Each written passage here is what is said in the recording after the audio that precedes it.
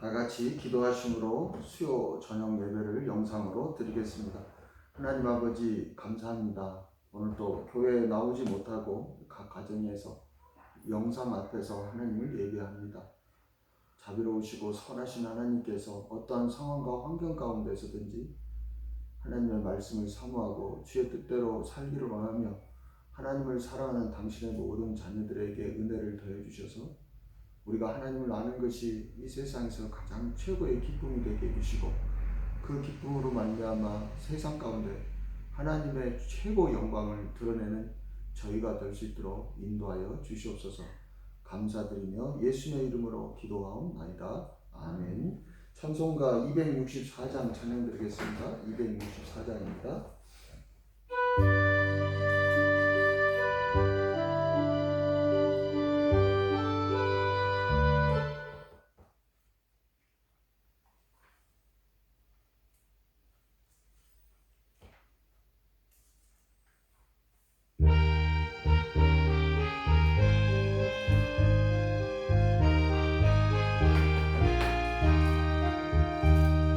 정결하게 하는 셈이 나의 앞에 있도다.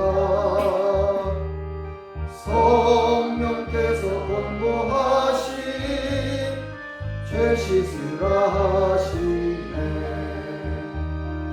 찬양하리 찬양하리 죽임 당한 어린 양 주께 영광 돌리어라. 우리 죄를 씻어주셨네. 나의 가는 길이 좁고 내 뜻대로 안 돼도 모든 욕심 다 버리고 주만 따라가겠네. 찬양하리 찬양하리 죽임 당한 어린 양 주께 영광 돌리어라. 우리 죄를 씻어주셨네. 나의 마음 제가 위에 물길같이 타올라 영원토록 찬양하며 주께 영광 돌리네.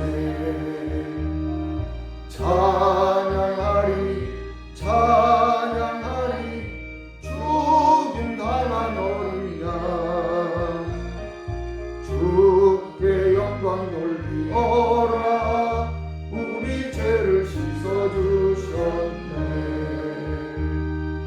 한량없는 주의 은혜 나를 영접하셨네. 내가 지은 모든 죄와 허물 용서하셨네. 찬양하리 찬양하리 죽임 당한 어린 양 주께 영광 돌리어라. 우리 죄를 씻어주셨네. 성부 하나님께 영광 성자 예수께 영광 성령님께 또한 영광 모두 돌려드리세. 찬양하리 찬양하리 죽임 당한 어린 양 주께 영광 돌리어라. 우리 죄를 씻어주셨네. 사도신경으로 우리의 신앙을 고백하시겠습니다. 전능하사 천지를 만드신 하나님 아버지를 내가 믿사오며 그 외아들 우리 주 예수 그리스도를 믿사오니 이는 성령으로 잉태하사 동정녀 마리아에게 나시고 본디오 빌라도에게 고난을 받으사 십자가에 못 박혀 죽으시고 장사한 지 사흘 만에 죽은 자 가운데서 다시 살아나시며 하늘에 오르사 전능하신 하나님 우편에 앉아 계시다가 저리로서 선자와 죽은 자를 심판하러 오시리라. 성령을 믿사오며 거룩한 공회와 성도가 서로 교통하는 것과 죄를 사하여 주시는 것과 몸이 다시 사는 것과 영원히 사는 것을 믿사옵나이다. 아멘. 오늘 이 밤에 함께 나누실 하나님 말씀은 빌립보서 4장 4절 말씀입니다. 빌립보서 4장 4절 말씀.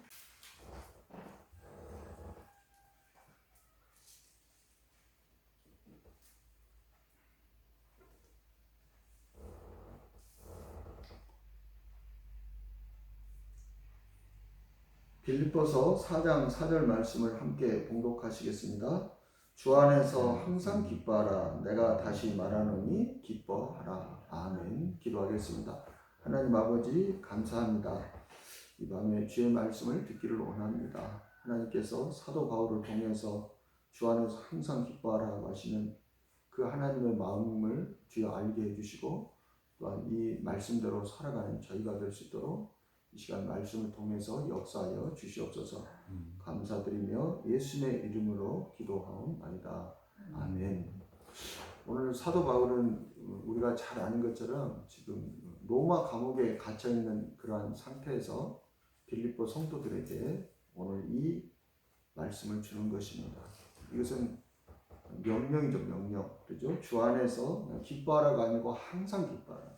어떤 상황에 있든지 간에 지금 사도 바울이 감옥 안에서 기뻐할 수 있는 상황입니까? 근데 아니죠. 항상 기뻐하라. 이 똑같은 말씀이 데살로니가 교인들에게도 또 주는 거예요. 빌립보 교회, 데살로니가 교회 이쪽이 다 데살로니가 지역에 있는 지역들인데 이쪽이 가장 가난하고 고난을 많이 받는 그러한 교회들이었어요. 근데 그 데살로니가 성도들에게도 기뻐할 수 없는 그 데살로니가 성도들에게도 데살로니가 전서 5장 16절에 항상 기뻐하라. 쉬지 말고 기도하라.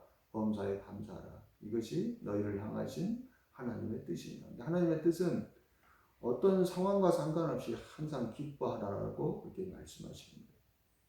근데 그러면 우리가 그렇게 이야기하죠. 아니 사람이 어떻게 항상 기뻐할 수 있습니까? 항상 기뻐하라는 거예요. 그래서 그 앞에 단서가 있어요. 그게 뭐예요? 주 안에서. 주 안에서 항상 기뻐하라.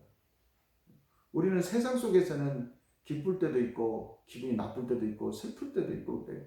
근데 주님 안에서는 우리가 주님 안에서도 슬픔을 겪지만 그러나 주님 안에서는 그 슬픔조차도 기뻐하라. 그렇게 이야기합니다. 다른 예를 들어서 우리가 사랑하는 사람들을 이렇게 떠나보낼 때도 있잖아요. 그들이 소천하게 되면 그리고 우리 마음이 슬프죠. 그렇지만 주님 안에서는 세상적으로는 세상적인 인연은 슬프지만 우리가 주님 안에서는 이제 이 세상에서 모든 고통과 고난과 이런 것들을 다 내려놓고 이제는 사망이나 애통하는 것이나 아픈 것이나 슬픈 것이 없는 그 천국에 영원한 그 천국에 들어가기 때문에 주 안에서는 기뻐할 수 있죠. 그죠? 사도 바울이 항상 하는 이야기예요. 우리가 이 세상에서는 주님 때문에 고난을 당할 수 있어요. 주님과 함께 고난을 당할 수 있어요. 그러나 우리는 주님 안에서는 그 고난이 우리로 하여금 영생에 이르게 하는 고난이기 때문에 우리는 주 안에서 그 고난 가운데서도 기뻐할 수 있어요. 그죠? 현재의 고난은 장차 우리에게 나타날 영광. 그러니까 이 세상에서는 고난을 당하지만 주 안에서는 장차 우리에게 그 영광에 이르게 하는 그것이 바로 현재의 고난이잖아요. 그래서 예수님도 그렇게 말씀하시잖아요. 너희가 내 이름으로 거짓으로 모욕을 당하고 핍박을 당할 때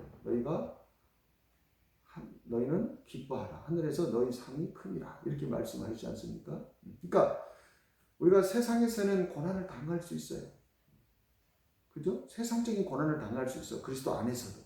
그러나 저와 여러분은 그리스도 안에서는 항상 기뻐해야 된다. 지금 사도 바울도 그 이야기를 하고 있어요. 지금 나도 세상적으로는 고난을 당하고 있다. 너희도 역시 마찬가지다. 근데 나를 위해서 너희가 우울해하지 말고 슬퍼하지 말고 주 안에서 믿음의 소망을 바라보면서 항상 기뻐해라. 왜? 그렇게 해야 하나님께 영광이 되기 때문에 그렇게 해요. 오늘 그 말씀을 함께 나누려고 합니다. 자, 그러면 왜 우리가 항상 기뻐해야 되는가? 그게 우리는 저와 여러분은 항상 하나님께 영광을 돌리며 살도록 우리가 만들어졌기 때문에 그래요. 그래서 사도 바울이 고린도전서 10장 31절에 너희가 먹든지 마시든지 무엇을 하든지 하나님의 영광을 위하여 하라 이렇게 이야기하잖아요. 먹든지 마시든지 무엇을 하든지 이 말을 두 자로 줄이면 항상 그래요. 너희가 항상 하나님의 영광을 위하여 하라. 그게 우리의 창조의 목적이기 때문에 그렇습니다. 이사야 43장 7절에 내 이름으로 불려지는 모든 자, 곧 내가 내 영광을 위하여 창조한 자를 오게 하여 하나님의 영광을 위하여 창조했다는 거예요. 그를 내가 지었고 그를 내가 만들었다. 그러니까 하나님이 사람을 만드실 때는 하나님의 영광을 위하여 먹든지 마시든지 무엇을 하든지 하나님의 영광을 위하여 살게 하시려고 사람을 만드셨어요. 그래서 바로 그것 때문에 하나님께서 사람만 만드신 것이 아니라 사람에게 에덴 동산이라는 낙원도 만들어 주셨어요. 하나님의 영광을 위해서 살라고, 하나님의 영광을 드러내는 살라고. 그리고 아담이 혼자 독처하는 것이 하나님 눈에 보시기가 안 좋아서 돕는 배필인 아내를 만들어주고 가정을 만들어 주셨어요. 그러니까 이렇게 하나님께서 아담을 한 사람만 만들지 아니하고 에덴 동산에 거기에 많은 각종 과실수와 맛있는 열매들을 있게 하시고 거기에 많은 동물들을 살게 하시고 또 돕는 배필인 아내까지 만들어 주셔서 가정을 만들어 주신 것은 그렇게 해야 하나님의 영광을 위해서 살 수 있기 때문에 그러는 거예요. 그러면 하나님의 영광을 위한다는 것이 무엇인가? 하나님이 어떤 때 가장 영광을 받으시겠어요? 우리가 그 하나님께 감사함으로 그 하나님을 기뻐할 때 그때 하나님께서 가장 큰 영광을 받으시겠죠. 그죠? 오늘 사도 바울이 감옥에 갇혀 있는데 항상 기뻐해. 그러면 간수들이 물어볼 거 아니에요. 세상 사람들 물어볼 거 아니에요. 당신은 이 감옥에 있으면서 어떻게 기뻐할 수 있느냐? 그러면 그렇게 사도 바울이 예를 들어서 우리 하나님으로 나는 기뻐한다. 나는 주님 안에서 있기 때문에 기뻐한다. 그러면 도대체 너희 주님은 어떤 분이시기에 네가 이 고난 가운데서도 그렇게 기뻐할 수 있느냐? 이렇게 하면서 그 주님의 영광이 드러나게 되는 것이죠. 그러니까 우리가 하나님을 기뻐할 때 하나님의 영광이 드러나는 거예요. 우리가 가수들 공연하는 거 이런 거 보면 그 가수가 언제 그 영광이 드러납니까? 가수가 열심히 노래를 불렀어. 근데 그냥 관객들이 냉담해. 열광하지도 않아. 좋아하지도 않아. 기뻐하지도 않아. 그러면 가수가 창피를 당하겠죠. 아무리 열심히 노래를 불러도 그죠. 근데 가수가 나와서 노래를 부른다면 한마디 발성이 첫 소절이 나올 때마다 막 오빠 하고 소리를 지르고 막 열광을 하면 그 가수가 영광을 받잖아요. 그죠? 야, 정말 저 가수 대단하다. 사람들 볼 때도 그러잖아요. 우리가 BTS 공연 같은 거 이런 거 볼 때 보면 우리는 별로 감흥이 없는데 그 공연에 참여한 사람들은 실신하고 막 들것에 실려 나가고 전에 미국에서 공연하는데 그렇더라고요. 하도 BTS 하길래 도대체 얼마나 대단한가 봤더니 근데 정말 대단하더라고요. 그 사람들의 막 열기가. 그래서 그들을 아이돌이라고 그러잖아요. 아이돌, 우상, 아이돌. 왜? 그 BTS가 무엇로 해서 영광을 받습니까? 자기가 부른 그 관객들이 그 BTS의 노래 한마디 한마디에 기뻐하고 감격하고 눈물을 흘리고 그리고 열광을 하기 때문에 그가 영광을 받는 것처럼 하나님이 우리에게 베푸신 그 은혜와 사랑 이런 것으로 우리가 그 하나님께 감사하고 감격하고 그 하나님을 찬양하고 그 하나님을 기뻐할 때 하나님께서 영광을 받으시는 거예요. 그래서 모든 사람들이 하나님의 영광을 위해서 살도록 만들어졌기 때문에 하나님께서 에덴 동산이라는 그 낙원을 주시고 거기에 부족한 것이 없잖아요. 그 부족한 것이 없는 것을 볼 때마다 아담과 하와는 하나님께 영광을 돌렸을 거예요. 하나님을 기뻐하셨을 거예요. 하나님 감사합니다 했을 거예요.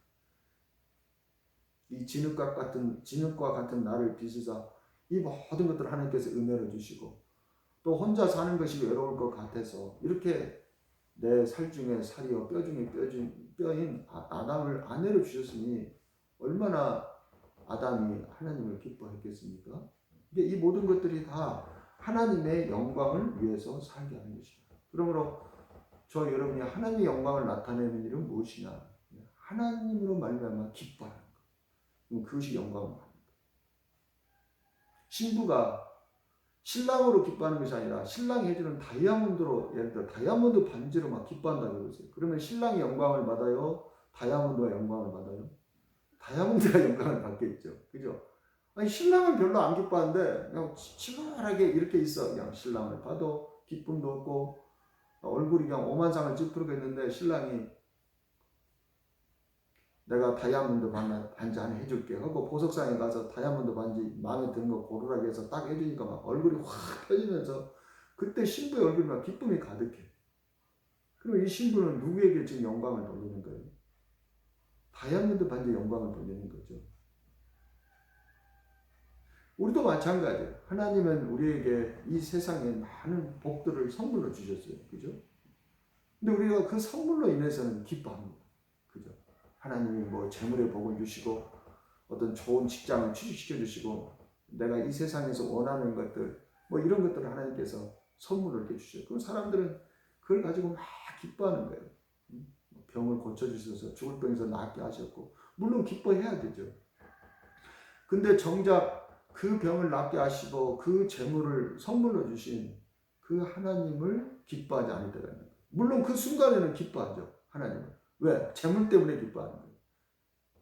근데 하나님께서 그러한 재물을 주지 않으시고 오히려 뭐 병을 주시고 또 사업을 망하게 하시고 이럴 때는 어떻게 돼요? 보통 사람들이 하나님을 원망하게 되죠. 그러면 하나님께서 영광을 받으시겠습니까? 영광을 받을 수가 없죠. 그럼 이 사람은 사실은 하나님을 섬기는 것이 아니라 재물을 섬기는 거죠. 그죠? 왜? 이 사람에게 있어서 재물에게 더 영광을 돌리고 있잖아요. 그래서 오늘 주 안에서 항상 기뻐하라고 이야기합니다. 우리가 하나님께 영광을 돌린다면 우리가 어떤 상황에 있든 간에 우리는 그 하나님으로 인하여 기뻐하고 하나님으로 인하여 염려하지 않고 근심하지 않아야 됩니다. 그래서 사도 바울이 그렇게 이야기하죠. 고린도후서 6장 10절에 나는 근심하는 자 같으나 항상 기뻐하고 가난한 자 같으나 많은 사람을 부유하게 하고 아무것도 없는 자 같으나 모든 것을 가진 자다. 그렇게 이야기하고 오늘 빌립보서 4장 12절 13절에도 나는 비천에 처할 줄도 알고 풍부에 처할 줄도 알아 모든 일 곧 배부름과 배고픔과 풍부와 궁핍에도 처할 줄 아는 일체의 비결을 배웠노라. 내게 능력 주시는 자 안에서 이게 주 안에서 내가 모든 것을 할 수 있는 이게 내가 주 안에서 있으면 이 모든 것들이 내가 비천하거나 풍부하거나 내가 배부르거나 배고픔하거나 내가 풍부하거나 궁핍하거나 그런 것들이 나에게 전혀 영향을 주지 않는다. 내가 풍부할 때뿐만 아니라 나는 궁핍할 때도 나는 주 안에 있기 때문에 나는 기뻐할 수 있는 자다. 이게 모든 일체의 그 풍부와 궁핍에 처할 줄 아는 일체의 비결을 배웠노라. 주 안에서 이렇게 살아간다 그런 얘기. 그러니까 이것을 통해서 사도 바울이 하나님께 영광을 돌리는 거죠. 사람들이 그러한 사도 바울의 모습을 볼 때 뭐라고 이야기하겠습니까? 도대체 사도 바울이 믿는 주님은 어떤 분이시기에 저가 저렇게 비천에 처하고 저렇게 궁핍한 감옥에 있으면서도 어떻게 그는 항상 기뻐할 수 있는가? 그리고 사람들에게 기뻐하라고 또 말할 수 있는가? 도대체 하나님이 누구길래? 도대체 사도 바울이 주라고 고백하는 그 예수 그리스도가 누구길래 그럴 수가 있는가? 이게 하나님께 영광을 돌립니다. 아까 말씀드린 대로 만약 신부가 다이아몬드가 아니고 다이아몬드를 주지 않아도 신랑만 보면 막 생글생글 웃으면서 얼굴이 막 환하게 피면서 이렇게 근데 그 신부의 신혼집을 보니까 그냥 집도 다 쓰러져 가는 집이고 살림 가재도 하나도 없어.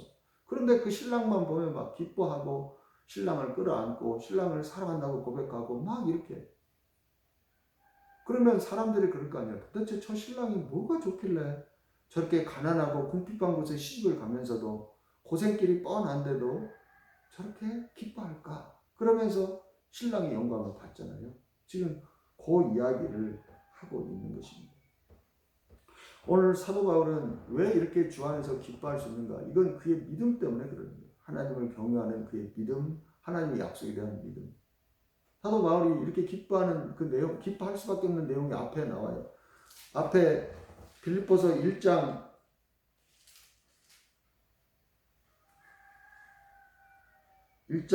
14절부터 보면 형제 중 다수가 나의 매임으로 말미암아, 형제 중 여러 사람이 사도 바울이 감옥의 매임으로 말미암아 주 안에서 신뢰함으로 겁없이 하나님의 말씀을 담대히 전하게 되었느니라.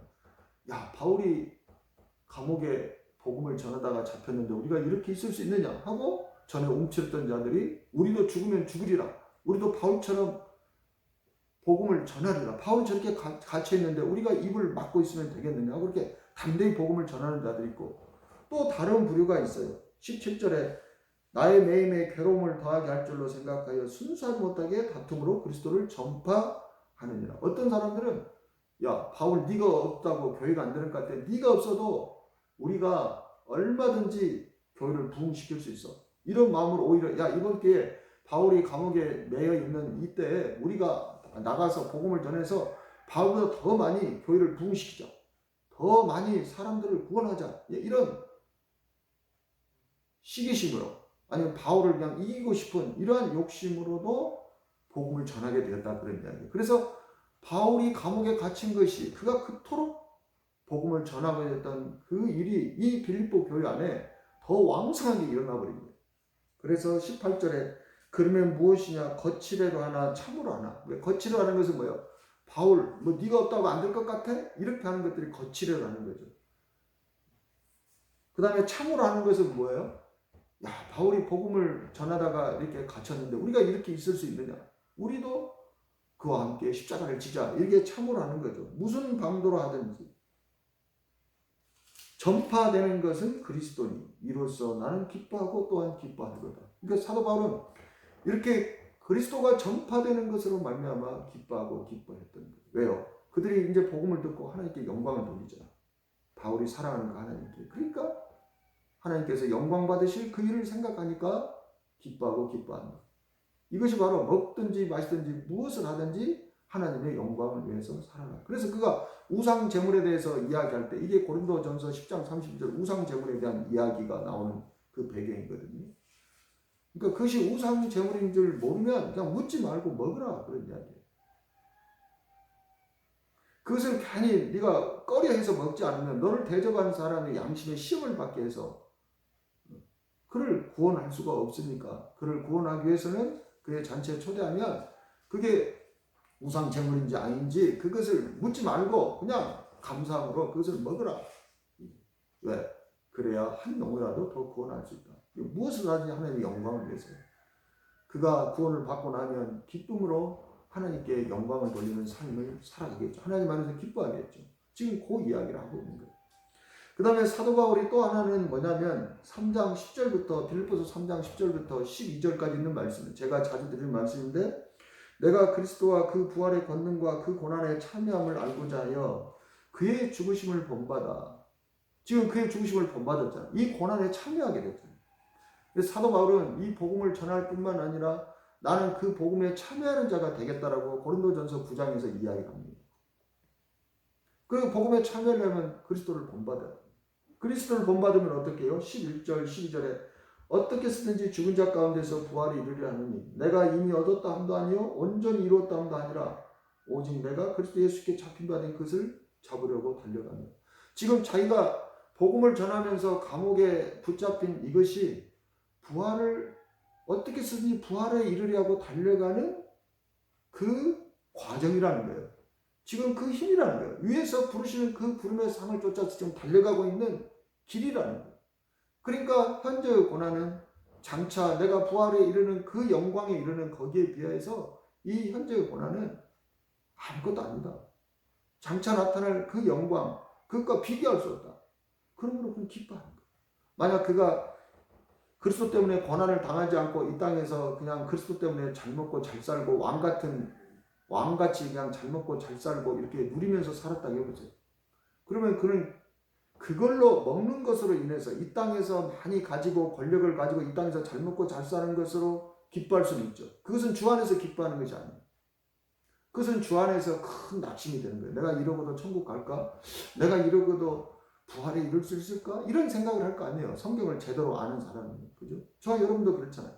아, 내가 이렇게 살다가 과연 천국에 갈 수 있을까? 이 땅에서 내가 이렇게 편히 있어서 천국에 갈 수 있을까? 세상에서는 편히 있죠. 고난을 당하지 않죠. 내가 과연 주 안에 있다고 말할 수 있을까? 우리가 이렇게 하잖아요. 근데 내가 나가서 막 복음을 전하다가 끌려가기도 하고 복음을 전하다가 모욕을 당하기도 하고 그런다면 어떤 마음이 들 거예요? 아, 내가 그리스도의 고난에 동참하는구나. 내가 지금 위에서 부르시는 그 부름의 삶을 쫓아 달려가고 있구나. 그걸 알 거 아니에요. 그러면 감옥에 갇혀 있어도 기뻐할 수 있어요. 제가 예전에 있을 때 막 복음을 전하다가 112 배차에 실려가고 막 그랬다고 그랬잖아요. 근데 그 실려가면서 너무 그 안에서 기쁜 거예요. 경찰에서 몇 번 경고를 받았는데도 계속 그렇게 하니까 거기서 모욕을 당하고 뭐 알만한 사람들이 왜 이러냐고 이렇게 하면서 막 교회를 욕하고 예수를 욕하고 이러니까 사람들이 예수를 안 믿는다고 막 그런 말을 하는데도 마음이 막 기쁜 거예요. 왜? 아, 내가 주를 위해서 고난을 당하고 있구나. 이렇게 하니까 뭔가 내가 주 안에 있는 것 같다. 그런 거예요. 지금 그런 마음이거든요. 그러니까 사도 바울은 자기가 감옥에 갇힌 것은 분명히 근심할 일이지만 그러나 그가 감옥에 갇혔다는 것은 그가 주 안에 있다는 이야기고 그리고 이 주 안에서 어떻게든지 부활을 이루려고 달려가고 있는 자기의 모습을 보면서 자기는 그 감옥 안에서 근심하는 자 같으나 그는 기뻐할 수 있었던 거예요.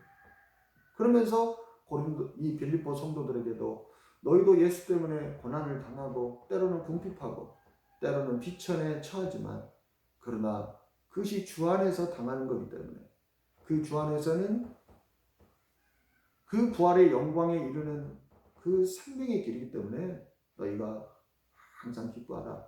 주께서 너희를 이 세상 가운데 재물의 복을 주시고 건강의 복을 주시면 당연히 감사하고 기뻐하지만 그러나 그렇지 않고 주로 말미암아 고난을 당한다 할지라도 너희는 기뻐해라. 이게 항상 기뻐하라. 항상 저와 여러분은 이렇게 우리가 항상 주님을 기뻐함으로 항상 주님께 영광을 돌리는 삶을 살아가야 한다. 지금 그런 이야기를 하고 있는 것입니다.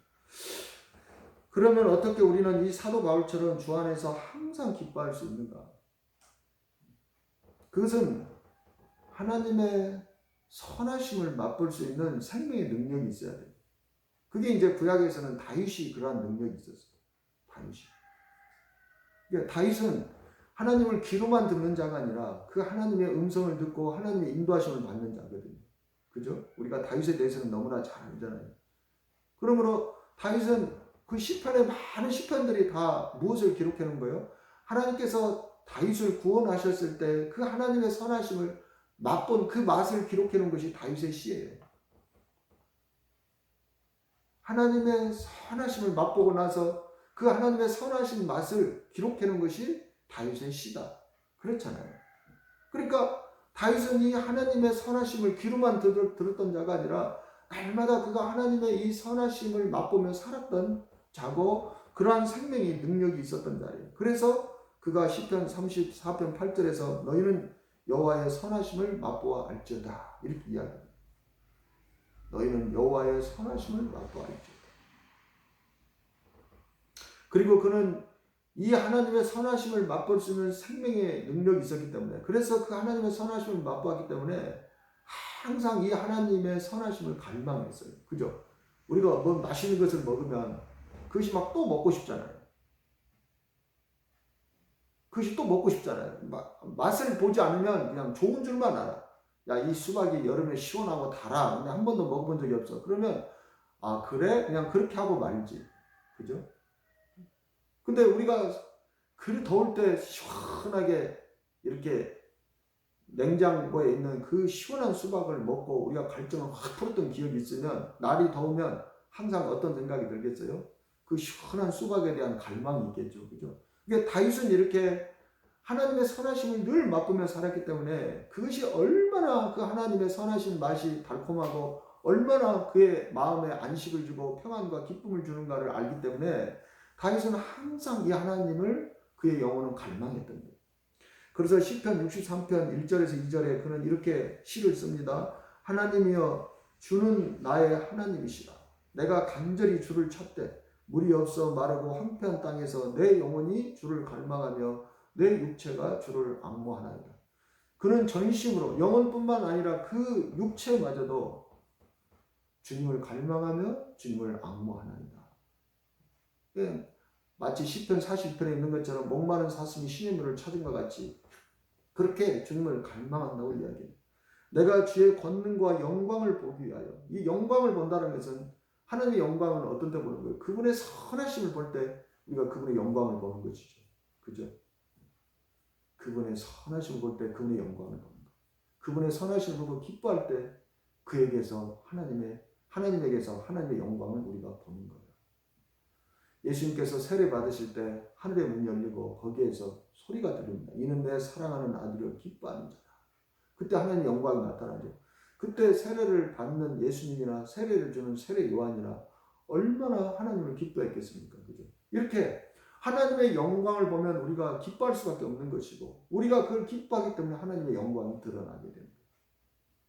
그러한 영광을 보기 위하여 이와 같이 성소에서 주를 바라보았나이다. 이렇게 고백하는 것입니다. 심지어 이 다윗은요, 왕이었을 때 그가 자기는 이 여호와의 집에서 날마다 그 하나님의 영광을 바라보며 그렇게 살 수만 있다면 자기는 언제든지 자기가 현재 누리고 있는 모든 것들을 다 버릴 수 있다라고 그렇게 고백해요. 그는 왕도 버릴 수 있어요. 왕궁도 버릴 수 있어요. 여호와의 집에서 영원히 살 수만 있다. 그래서 그는 자기 아들 압살롬이 반역을 일으켰을 때 전쟁을 하지 않고 그것은 하나님 앞에 큰 죄악이 되기 때문에 하나님의 마음을 나쁘게 하고 하나님을 기쁘시게 하지 못하고 하나님께 영광이 되지 않기 때문에 그는 그 왕궁을 예루살렘 성전을 내줬던 거예요. 그죠? 우리가 예를 들어서 어느 한 집안의 아버지와 아들이 재산을 가지고 싸운다고 해보세요. 그러면 그 집의 할아버지가 영광을 받으시겠어요? 아니죠. 그 할아버지가 세상 사람도 비웃음을 당하겠죠. 야, 저 집의 할아버지는 자식들을 어떻게 교육을 시켰길래 자기 자식하고 자기 손자하고 재산 가지고 싸우게 만들지? 이렇게 할 거 아니에요. 참 저 집안 꼴이 말이 아니라 이렇게 할 거 아닙니까? 그러니까 다윗은 하나님의 영광에 손상되는 일이라고 생각했기 때문에 그가 그의 아들 압살롬과 전쟁하지 않고 예루살렘 성을 빠져나왔던 거예요. 그 신하들이 그렇게 만류함에도 불구하고. 왜? 그는 내가 이 왕궁을 지키기 위해서 여호와의 집에 들어가지 못하면 안 된다. 내가 이 왕궁을 포기하고 내가 이 왕의 자리를 포기한다 할지라도 나는 여호와의 집에서 영원히 살기를 바란다. 그만큼 다윗은 자기가 세상에 누리고 있는 권세나 이런 부귀 영화가 아니라 하나님을 기뻐했던 자였어요. 시편 27편 4절에 그러죠. 내가 여호와께 바라는 한 가지 일 그것을 구하리니 곧 내가 내 평생에 여호와의 집에 살면서 여호와의 아름다움을 바라보며 그의 성전에서 사모하는 그것이라. 이게 다윗의 소원이었어요. 내가 이 왕을 영원토록 지키겠다. 이런 것이 소원이 아니고 다윗의 소원은 내가 내 평생에 여호와의 집에 살면서 여호와의 아름다움을 바라보며 여호와의 아름다움을 바라보는 거예요. 하나님의 영광을 바라보는 거예요. 그분의 선하심을 맛보며 사는 거예요. 그게 여호와의 아름다움을 바라본다는 거예요. 그분의 선하심을 맛보며 그분을 바라보며 아까 그랬잖아요. 신부가 신랑에게 이런 고백을 하는 거예요. 여보, 내가 당신과 결혼하면서 나는 다이아몬드 반도 실소, 모든 것이 다 실소. 내가 당신에게 한 가지 바라는 그 소원은 내가 당신과 함께 영원히 살면서 당신의 아름다움을 바라보며 살고 싶은 것이 내 소원이야. 내가 궁핍할 때도, 내가 가난할 때도, 내가 비천에 처할 때도 내가 당신의 아름다움만 바라볼 수만 있다면 나는 행복하고 기뻐하다. 이렇게 하면 이 고백으로 말미암아 그 신랑이 얼마나 영광을 받겠습니까? 그죠? 지금 그 고백을 하고 있는 거예요. 다윗이 왜 이렇게 고백을 한다고요? 하나님의 선하심을 맛볼 수 있는 능력, 영적인 능력이 그에게 있기 때문에 그러는 것입니다. 다윗은 이렇게 하나님의 선하심을 맛보고 하나님의 영광을 드러낼 수 있는 생명을 부여받은 아주 특별한 사람이었어요. 이걸 특별 은총이라고 하죠. 구약의 모든 이스라엘 백성들이 이러한 은총을 받은 것이 아니라 다윗이 이러한 은총을 받았다. 하나님을 맛보고 알아서 그 하나님의 선하심을 찬양하고 그 하나님을 위해서 자기의 모든 것을 다 버릴 수 있는 그러한 삶을 살게 함으로 이스라엘 백성들에게 하나님이 얼마나 선하시고 하나님이 얼마나 좋으신 분인지 그 하나님의 영광을 드러내도록 하나님으로부터 기름 부음을 받은 특별한 은총을 받은 사람이 바로 이 다윗이다, 그런 이야기예요. 그런데 하나님께서 이 다윗에게 주셨던 이 특별한 은총, 이게 얼마나 특별한 겁니까? 그렇죠? 이것을 이제는 당신의 독생자 예수 그리스도를 세상에 보내셔 그 독생자를 믿는 모든 자들에게 이 특별한 은총을 허락해 주신 거예요. 그걸 영생이라고 그러죠. 영생이 뭐라고요? 하나님의 선하심을 맛보아하는 특별한 능력. 그게 영생이에요. 요한복음 17장 3절에 영생은 유일하신 참 하나님과 그가 그 보내신 자 예수 그리스도를 아는 것이라. 여기서 아는 것은 맛보아 아는 것이라고 했잖아요. 다윗처럼 하나님의 선하심을 맛보아 알 수 있는 생명의 능력, 영적인 능력, 그게 영생. 자, 이제는 예수 그리스도로 말미암아 이것을 다윗뿐만 아니라 이제 그 예수를 믿는 모든 자들에게 하나님께서 이 특별한 은총을 허락해 주신 거예요. 왜? 이 세상을 사랑하사. 그게 요한복음 3장 16절 복음 중에 복음이라고 부르는 그 구절이에요. 하나님이 세상을 이처럼 사랑하사 독생자를 주셨으니 이는 그를 믿는 자마다 멸망하지 않고 영생을 얻게 하려 하십니다. 영생은 여러 가지 의미로 해석이 돼요. 천국에서 영원히 사는 것도 영생이고 성령으로 거듭나는 새로운 생명도 영생이고 그 하나님의 깊은 것은 하나님께서 은혜를 주신 것은 성령으로 말미암아 알게 되잖아요. 그러니까 이렇게 거듭나야 하나님을 알 수 있어요. 이것을 영생이라고도 이야기하는 겁니다. 그러니까 우리가 영생을 얻지 못하고는 하나님을 맛볼 수가 없어요. 그냥 귀로만 들을 수 있지 하나님을 맛볼 수는 없는 거예요.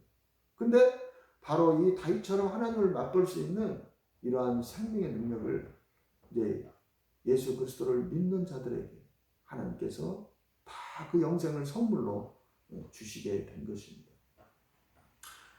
그리고 또 다윗이 그토록 소원했던 나는 내가 여호와께 내 한 가지 그 소원은 내가 여호와 집에서 영원히 살며 그의 아름다움을 바라볼 수 있도록 하는 그 길을 또 예수 그리스도로 말미암아 하나님께서 열어주셨어요. 우리에게. 다윗이 그렇게 소원했던 그 한 가지 소원이 풀린 거예요. 예수 그리스도로 말미암아 아버지 집으로 가는 길이 열렸어요. 베드로전서 3장 18절에 그리스도께서 단번에 죄를 위하여 죽으사 의인으로서 불의한 자를 대신하였으니 이는 우리를 하나님 앞으로 인도하려 하신다. 이렇게 이야기해요.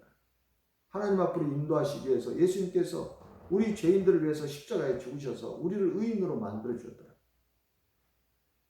그래서 이제 이 예수를 믿는 자들은 다 여호와의 집에서 영원히 살 수 있는 그 생명의 길이 열리게 된 거예요. 다윗이 그토록 소원했던, 원했던, 갈망했던 그 길을 하나님께서 우리에게 허락해 주신 거예요. 자, 그래서 우리는 이 천국이 하나님께서 예수 그리스도로 말미암아 우리에게 하나님의 선하심을 맛보아 알게 하고 그리고 그 선하신 그 하나님의 그 여호와의 얼굴을 바라보며 영원히 살 수 있는 그 여호와의 집을 허락해 주신 이것이 바로 천국이잖아요. 그러니까 그것이 다윗은 내 생명보다도 그것이 더 귀하다고 그렇게 이야기를 하는 거예요. 내 생명보다도 주의 인자심이 더 귀하다고 그렇게 이야기를 하지 않습니까? 그렇잖아요. 저 여러분 봐보세요. 이 땅의 생명은 우리가 천국에 들어가지 못하면 아무리 잘 먹고 잘 살아도 우리는 지옥에 가야 되는 거예요. 자, 그 생명이 귀합니까? 아니면 우리가 이 땅에 죽어서도 영원히 여호와의 선하심을 맛보며 그의 아름다움을 바라보며 영원히 항상 기뻐하는 그 천국에 들어가는 게 더 좋습니까? 이 땅에서 죽더라도 그 천국에 들어가는 것이 더 낫겠죠. 이 땅에서 아무리 고난을 받더라도 천국에 들어가는 것이 더 낫겠죠. 그죠? 그래서 천국이 우리에게 아주 귀한 소망이 되는 겁니다. 그래서 주 안에서 근심하는 자 같다는 항상 기뻐할 수 있고 우리가 주 안에서 이 천국을 바라보며 우리가 주 안에서 장차들 그 영광을 바라보며 기뻐할 수 있는 거예요. 그래서 로마서 8장 17절 18절에서 다윗도 그렇게 고백하죠.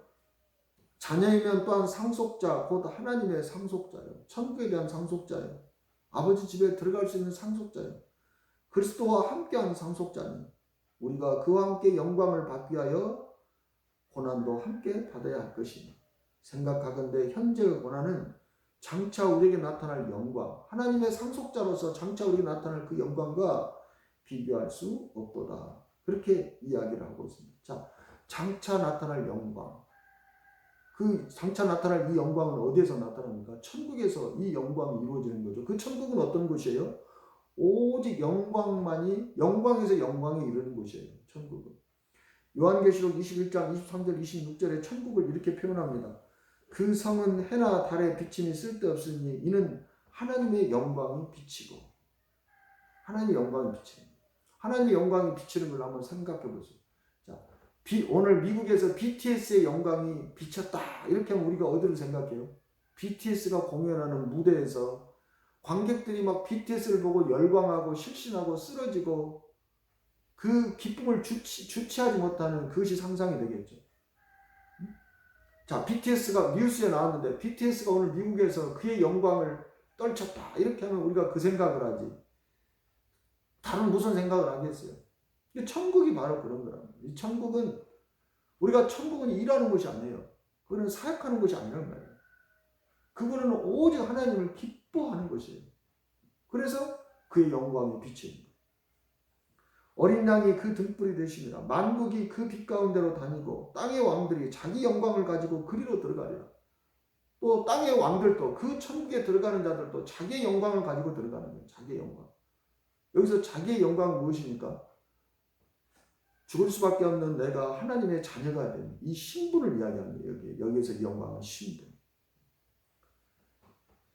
그리고 낮에는 성문을 도무지 닫지 아니하리니 거기에는 법이 없습니다. 사람들이 만국의 영광과 존귀를 가지고 그리로 들어가겠고, 그리고 사람들이 또 만국의 영광과 존귀를 가지고 들어간다. 만국의 영광을 가지고 들어간다는 것은 뭐예요? 모든 이 구원받은 하나님의 상속자된 자들이 하나님을 찬양하면서 들어가는 거예요. 그죠? 하나님을 막 찬양하고 하나님을 기뻐하고. 그러니까 다 영광이잖아요. 이게 천국이에요. 자, 천국이 왜 이렇게 우리가 천국을 영광의 나라라고 그렇게 이야기했잖아요. 그래서 이 천국을 우리가 그 영광의 나라에 나 들어가서 찬송가에도 그렇게 이야기했잖아요. 왜 이 천국을 영광의 나라라고 하냐? 오직 기쁨밖에 없는 곳이. 죄가 없는 곳이에요. 사망이나 애통함이 없는 곳이에요. 요한계시록 21장 3절에서 4절에 보면 왜 천국이 기쁨밖에 없는 영광의 나라인가를 거기에 써놨어요. 내가 들으니 보좌에서 큰 음성이 나서 이르되 보라, 하나님의 장막이 사람들과 함께 있으며, 이게 천국이잖아요. 하나님이 그들과 함께 계시리니 그들은 하나님의 백성이 되고 하나님은 친히 그들과 함께 계셔서 모든 눈물을 그 눈에서 닦아주시니 다시는 사망이 없고 애통하는 것이나 곡하는 것이나 아픈 것이 다시 있지 않으리. 이것들은 다 사망, 애통하는 거, 곡하는 거, 아픈 거, 이것들이 우리에게 근심을 주고 우리에게 슬픔을 주잖아요.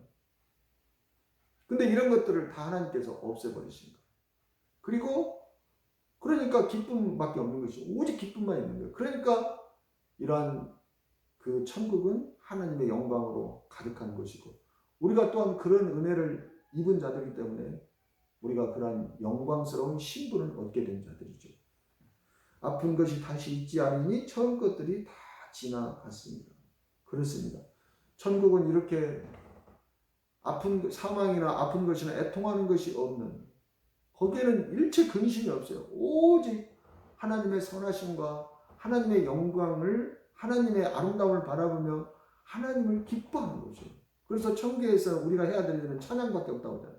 거기는 사역도 없어요.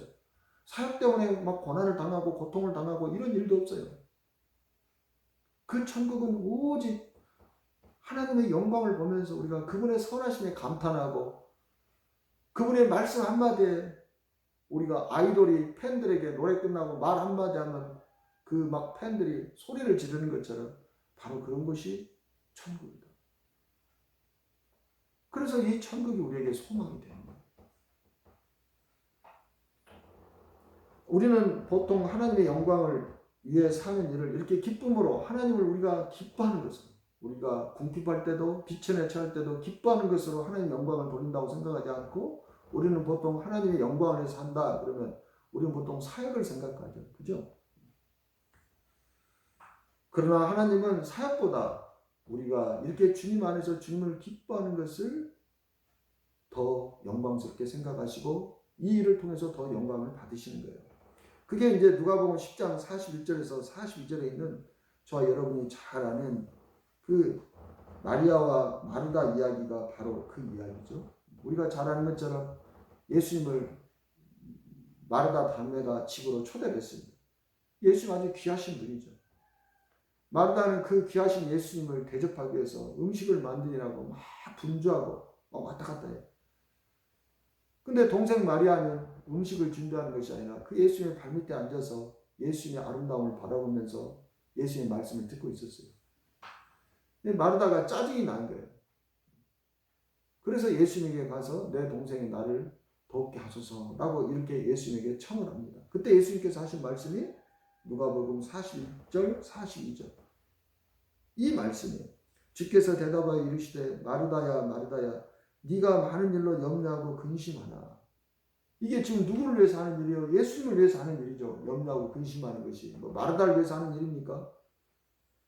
몇 가지만 하든지 혹은 한 가지만이라도 족합니다. 나를 위해서 일하는 것은 한 가지만 해도 그냥 족한다. 냉수 한 그릇 떠줘도 족하다. 마리아는 이 좋은 편을 택하였으니 빼앗기지 아니하라 하시니. 마리아가 오히려 좋은 편을 택한 것이다.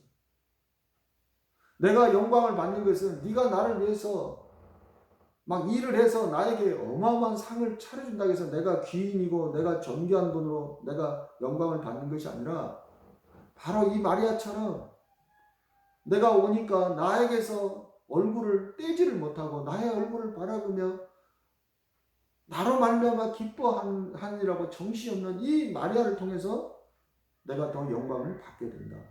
지금 예수님께서 이런 말씀을 하시는 거예요. 만약 제가 여러분 집에 신방을 갔는데 여러분이 저를 막 대접한다고 야 목사님 오셨으니까 대접해야 되겠다고 막 일을 하면서 이것저것 하면서 짜증이 나고 힘이 들고 아이 좀 나와서 도와주라니까 왜 안 도와주냐고 막 다른 교인들을 다그치면서 집사님 거기 앉아있지만 말고 이리 와서 나 좀 도와줘 이렇게 하면 제가 마음이 얼마나 불편하겠어요. 거기에 있으면서. 그죠? 내가 괜히 왔나? 막 이런 생각이 들 거 아니에요. 막 짜증을 내고 아 집사님 뭐 하는 거야? 목사님 빨리 식사하시게 되는데 와서 도와줘. 막 이렇게 하면 그죠? 제가 마음이 얼마나 불편하겠어요. 여러분 입장을 바꿔놓고 생각해 보세요. 제가 거기 뭐 얻어먹으러 간 것도 아닌데. 근데 그게 아니고 내가 그 집에 딱 신방을 갔는데 그 집 식구들이 다 와가지고 제 발밑에 앉아가지고 저를 막 얼굴만 보면 생글생글 웃으면서 목사님 오늘 또 우리가 이런 것들이 궁금한 게 있으니 목사님 이 말씀을 좀 가르쳐 주세요. 그래서 내가 하나님의 은혜를 이야기하고 하나님의 사랑을 이야기하면 막 기뻐하면서 우리 하나님이 막 그런 하나님 분이세요. 그렇게 하면서 막 목사님 감사합니다. 내가 이 말씀을 깨닫지 못해서 그동안 낙심하고 있었는데 오늘 목사님 말씀을 들으니 제가 막 용기가 나고 제가 힘이 나고 기뻐합니다. 여러분은 어떤 것이 더 기쁘겠습니까? 그죠? 후자가 더 기쁘겠죠. 이게 마리아예요. 마리아는 예수님에게 큰 영광을 돌린 거예요. 영광을 돌린 거예요. 이게 더 큰 영광을 돌린 것이다. 그래서 빼앗기지 않을 것이다 라고 그렇게 말씀하시는 것입니다.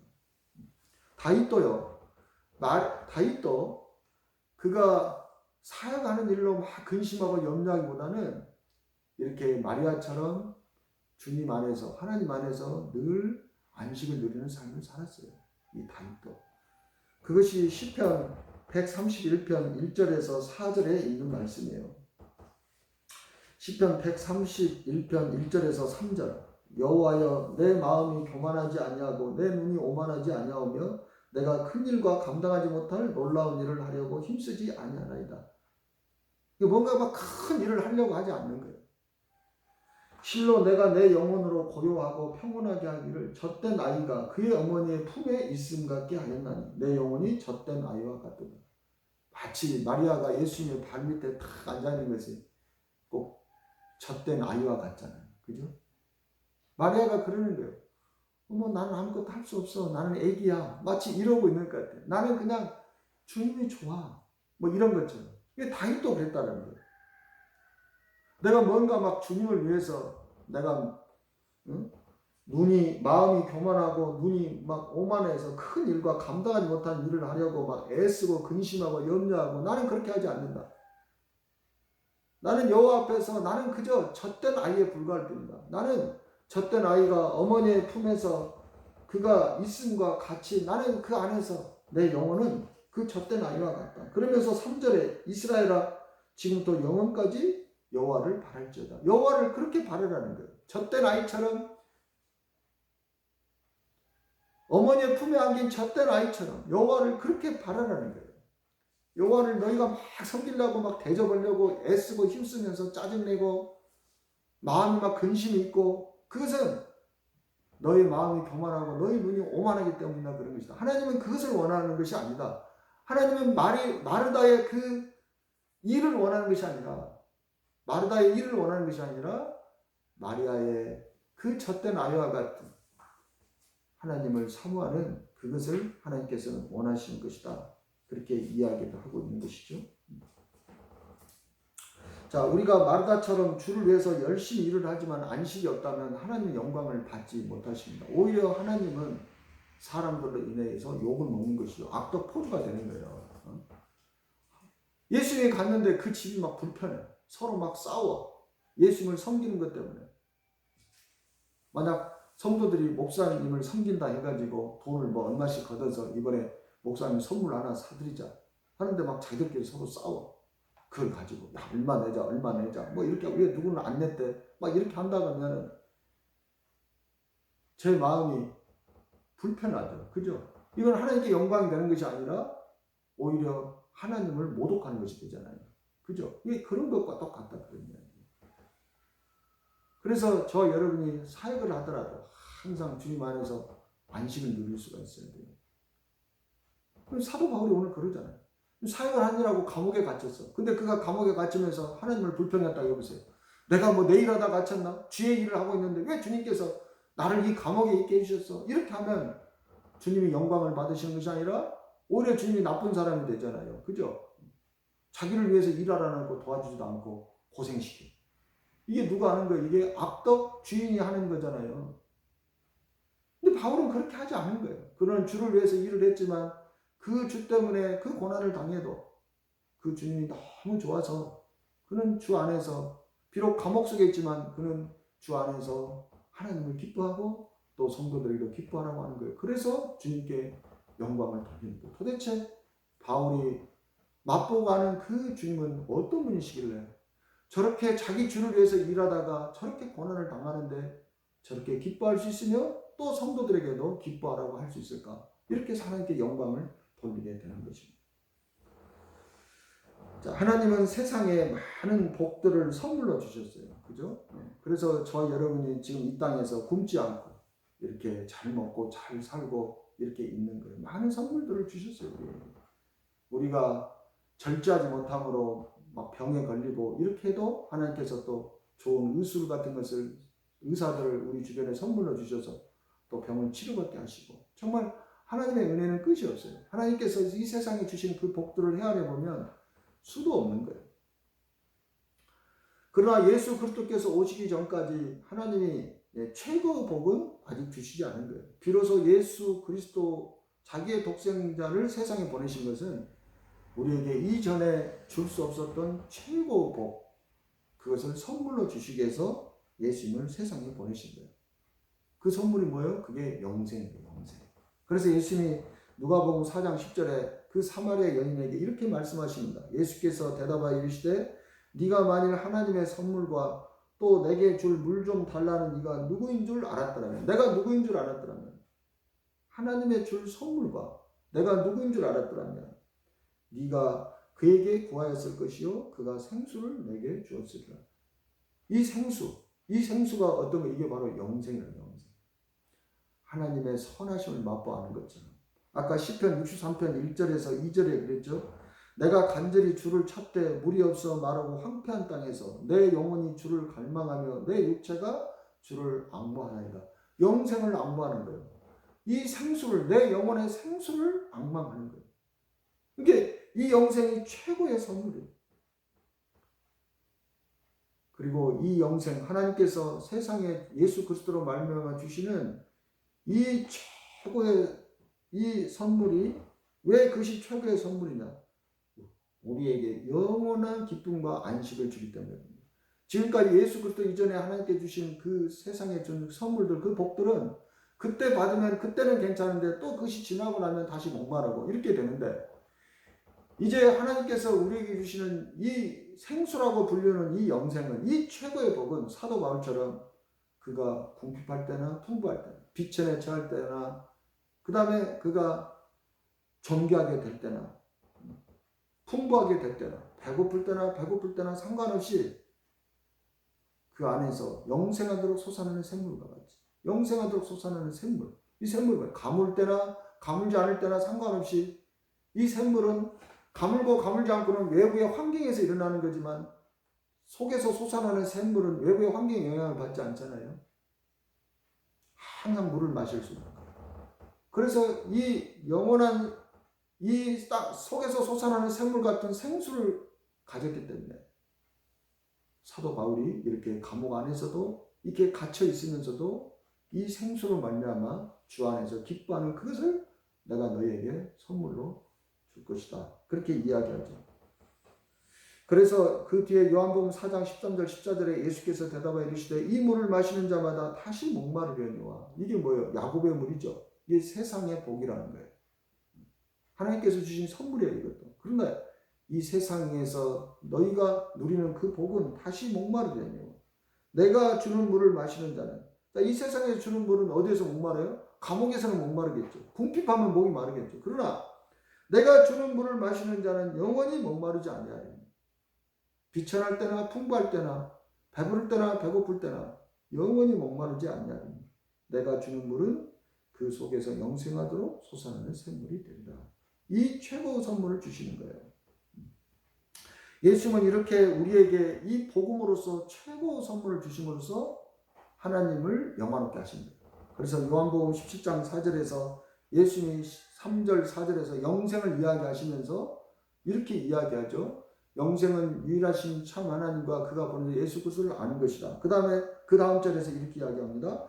아버지께서 내게 하라고 주신 일을 내게 이루어, 무엇을 이루어? 영생을 그들에게 얻게 해주신 거예요. 그걸 이루어 아버지를 이 세상에서 영화롭게 하셨사오니. 아버지를 이 세상에서 영화롭게 하셨습니다. 그들에게 영생을 주어서 그들로 하여금 이제 하나님의 선하심을 맛보아 알 수 있는 그 능력. 하나님께서 예수 그리스도와 함께 이 세상에서 이루신 일, 그게 디모데후서 1장 10절에 그 이야기가 나오죠. 그게 뭐예요? 이제는 우리 구주 예수 그리스도의 나타나심으로 말미암아 나타났으니 그는 사망을 패하시고 복음으로써 생명과 썩지 않을 것을 드러내신 것. 이것이 하나님과 그의 아들 그리스도 예수께서 이 세상에서 이루신 일이에요. 그 일로 말미암아 내가 하나님을 영화롭게 하였다. 내가 아버지를 영화롭게 하였다.